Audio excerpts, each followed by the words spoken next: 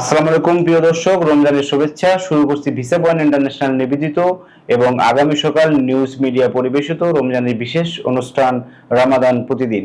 আহলান সাহলান মাহে রামাদান, আহলান সাহলান মাহে রামাদান। আমাদের সাথে আজকেও আলোচক হিসেবে উপস্থিত আছেন জনাব কারি মোহাম্মদ মাহমুদুল হাসান ভাই। আসসালামু আলাইকুম, কেমন আছেন আপনি? ওয়ালাইকুম আসসালাম, আলহামদুলিল্লাহ। আপনি কেমন আছেন ভাইয়া? আমিও ভালো আছি ভাইয়া, আলহামদুলিল্লাহ। ভাইয়া, আজকে হচ্ছে রমজানের 14তম দিন। আজকে আপনি 14তম রমজানের গুরুত্ব, তাৎপর্য এবং ফজিলত নিয়ে আমাদের দর্শকদের উদ্দেশ্যে একটু আলোচনা করবেন। শুরু করুন প্লিজ। নাহমাদুহু ওয়া নুসাল্লি আলা রাসূলিহিল কারীম, আম্মা বা'দ। ফাআউযু বিল্লাহি মিনাশ শাইতানির রাজীম। বিসমিল্লাহির রহমানির রহিম। সুপ্রিয় দর্শক শ্রোতা, আসসালামু আলাইকুম ওয়া রাহমাতুল্লাহি ওয়া বারাকাতুহু। শুরু করছি মহান রাব্বুল আলামিনের নাম দিয়ে পবিত্র রামাদানের 14তম রামাদানের বিশেষ আলোচনা রামাদান প্রতিদিন। প্রিয় দর্শক শ্রোতা, প্রত্যেক রামাদানের ন্যায় আমি আজকের রামাদানে একটি বিষয় নিয়ে সামনে আসছি। সেটি হচ্ছে রাতের শেষ প্রহরে আমরা সেহরি খাওয়া, এবং এই বিষয়ে একটু আলোচনা করব। আমরা এই বিষয়টাকে অনেকেই খুব খেলায় পার করে দেই এবং সেহরি একদম শেষের দিকে গিয়ে খাই এবং খাওয়ার প্র্যাকটিসটা আমাদের অনেকেরই রয়েছে। আসলে এটা একদম অনুচিত করা, এটা করা ঠিক না। এর কারণে অনেকের রোজা নষ্ট হয়ে যেতে পারে। প্রদর্শক শ্রোতা, সাহরি খাওয়ার মধ্যে বরকত রয়েছে এবং সিয়াম পালনে এটি একটি গুরুত্বপূর্ণ বিষয়। হাদিস শরীফে বর্ণিত হয়েছে, রাসূলুল্লাহ সাল্লাল্লাহু আলাইহি ওয়াসাল্লাম ইরশাদ করেন, সাহরি হলো বরকতময় খাবার, তাই কখনো সাহরি খাওয়া বাদ দিবেন না এবং বাদ দেওয়া যাবে না। প্রিয় দর্শক, আমরা অনেকেই মনে করি রমজান শরীফের ফরজ রোজা আমরা না খেয়ে রাখলে আমাদের হয়ে যাবে।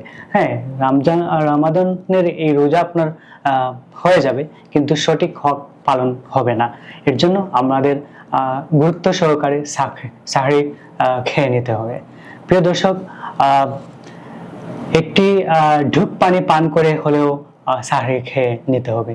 হ্যাঁ, কেননা সাহরি খাবার গ্রহণকারীকে আল্লাহ তাআলা ও তার ফেরেশতারা স্মরণ করে থাকেন। এটা আপনার কোনো কথা না, এটা হচ্ছে কি হাদিস শরীফের মুসনাদে আহমদের একটি সহিহ হাদিস। এর জন্য আমরা সকলে গুরুত্ব সহকারে আমরা সাহরি খাবো এবং একদম শেষ টাইমে না, আমরা মিনিমাম 30 মিনিট হাতে রেখে আমরা সাহরিটা খেয়ে নিব সঠিক সময়ে। এবং সাহরি খাওয়ার আগে আমাদের অনেকগুলি আদব রয়েছে, আমরা সেই আদবগুলি যথাযথ পালন করে সেহরি খাবো। আমরা হুটহাট করেই টেবিলে বসে খেয়ে নিলাম আর সেহরি হয়ে গেল, এটা কিন্তু রামাদানের আদব না, এটা রামাদানের আখলাক না।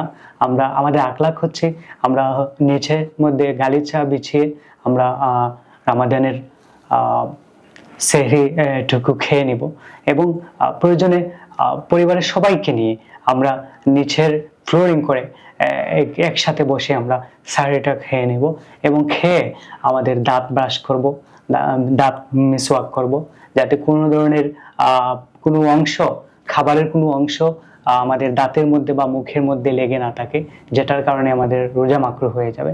সো এইরকম কোনো কিছু যাতে আমাদের মুখের ভিতরে না থাকে সেদিকে আমাদের খেয়াল রাখতে হবে এবং একদম পরিষ্কার হয়ে পরিচ্ছন্ন হয়ে আমাদের নামাজের জন্য অপেক্ষা করতে হবে। প্রয়োজনে সেহরি খেয়ে আমরা 2 রাকাত নফল নামাজ পড়ে নিলাম, পড়ে নিয়ে আমরা আল্লাহ রাব্বুল আলামিনের কাছে চোখের জল পালিয়ে আমরা মুনাজাত করে নিলাম আল্লাহ রাব্বুল আলামিনের কাছে, যাতে আল্লাহ আমাদের এই ইবাদত বন্দেগীগুলি কবুল করে নেন। সেজন্য আল্লাহর কাছে এবং আমাদের বিপদ, আমাদের ভিন্ন রকমের সমস্যা, আমাদের পেরেশানি, এগুলি থেকে আমরা যাতে মুক্তি লাভ করতে পারি সেজন্য আপনারা দোয়া করতে পারেন আল্লাহ রাব্বুল আলামিনের কাছে। পরিবার পরিজনকে সুখী করার জন্য দোয়া করতে পারেন, মা বাবার জন্য দোয়া করতে পারেন, আত্মীয় স্বজনের জন্য দোয়া করতে পারেন। এই সময়টা অত্যন্ত গুরুত্বপূর্ণ, কারণ এই সময়ে আল্লাহ রাব্বুল আলামিন বান্দার সব গুনাহ খাতাকে মাফ করে দেন, ফরিয়াদটুকু শুনেন এবং যার যে আক্ষেপ আছে এই আক্ষেপটুকু আল্লাহর কাছে বললে আল্লাহ রাব্বুল আলামিন আপনাকে ফেরত দেবে না। আল্লাহ আপনাকে আমাকে অবশ্যই তার ফিডব্যাক দিয়ে ভরপুর করে দেবেন। এর জন্য এই সময়টুকু আমরা খুব গুরুত্ব সহকারে দেখব। প্রিয় দর্শক, প্রত্যেক রামাদানের ন্যায় আমি কিছু আমল আপনাদেরকে বলে দেওয়ার চেষ্টা করেছি। এই রমাদানেও বলছি, আপনারা বেশি বেশি করে নামাজ পড়বেন, বিশেষ করে 5 ওয়াক্ত নামাজ তারা আপনার জামাতের সহিত পড়ার চেষ্টা করবেন। আমাদের মা বোনরা যারা বাসায় রয়েছে, বাসায় যাতে আউয়াল ওয়াক্তে নামাজটা আদায় করে নিতে পারেন সেটা চেষ্টা করবেন। এবং আমাদের পুরুষরা যারা আমরা রয়েছে, আমরা মসজিদে গিয়ে পড়ার চেষ্টা করব। এবং আমাদের তারাবি নামাজ আমরা খতমে তারাবিতে অংশগ্রহণ করার চেষ্টা করব। তাসবিহগুলি আমরা যথাযথ পালন করব, জিকির আজকার করব এবং ইস্তেগফার, অবশ্যই ইস্তেগফার আমরা সারা দিন রোজা থাকা অবস্থায় পাঠ করব। এই ছিল আমাদের আজকের রমাদান শরীফের আলোচনা। প্রিয় দর্শক, এইখান থেকে যদি আপনাদের আমার এই আলোচনা থেকে যদি ন্যূনতম কোনো উপকারে আসে, কোনো আমলে আসে, আমি এক নারায়ক ধন্য হব। আপনারা আমার জন্য দোয়া করবেন, আমিও আপনাদের জন্য দোয়া করছি। এবং বিশেষ করে আগামী সকাল নিউজ মিডিয়াকে আমি অশেষ কৃতজ্ঞতা এবং ধন্যবাদ জ্ঞাপন করছি। ওনারা সুযোগ করে দিয়েছেন আমাদেরকে এইসব প্রোগ্রামে উপস্থিত হয়ে কথা বলার, এবং আপনারা যারা শুনছেন আপনাদেরকে শোনার সুযোগ করে দিয়েছেন। ওনাদের প্রতি আমাদের কৃতজ্ঞতা এবং ওনাদের জন্য দোয়া করছি। আল্লাহ রাব্বুল আলামিন যাতে তাদের এসব ভালো কাজের গতিকে আরো বাড়িয়ে দেন, ইসলাম দিন প্রচার এবং ভালো কাজের জন্য তাদেরকে কবুল করে নেন, এবং কাল কিয়ামতের দিন এর বদলা যাতে আল্লাহ রাব্বুল আলামিন দান করেন, সেই প্রত্যাশা রেখে চলে যাচ্ছে আজকের অনুষ্ঠানের সঞ্চালক মহোদয়ের কাছে।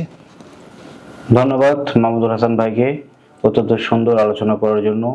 দর্শক, আমাদের এই অনুষ্ঠানটি আগামী সকাল ফেসবুক পেজ এবং ইউটিউব চ্যানেলে একযোগে প্রচারিত হচ্ছে। প্রতিদিন রমজানের প্রতিটা দিনের আপডেট পাবেন সেখানে। আপনারা এরকম নিয়মিত আপডেট পেতে আমাদের পেজটি লাইক, শেয়ার, কমেন্ট এবং সাবস্ক্রাইব করতে ভুলবেন না। দেখা হবে আগামী প্রোগ্রামে। আহলান সাহলান মাহে রমাদান, আহলান সাহলান মাহে রমাদান। খুশিতে আত্মহারা জান্নাতি সব প্রাণ, বছর ঘুরে আবার ফিরে মাহে রমাদান।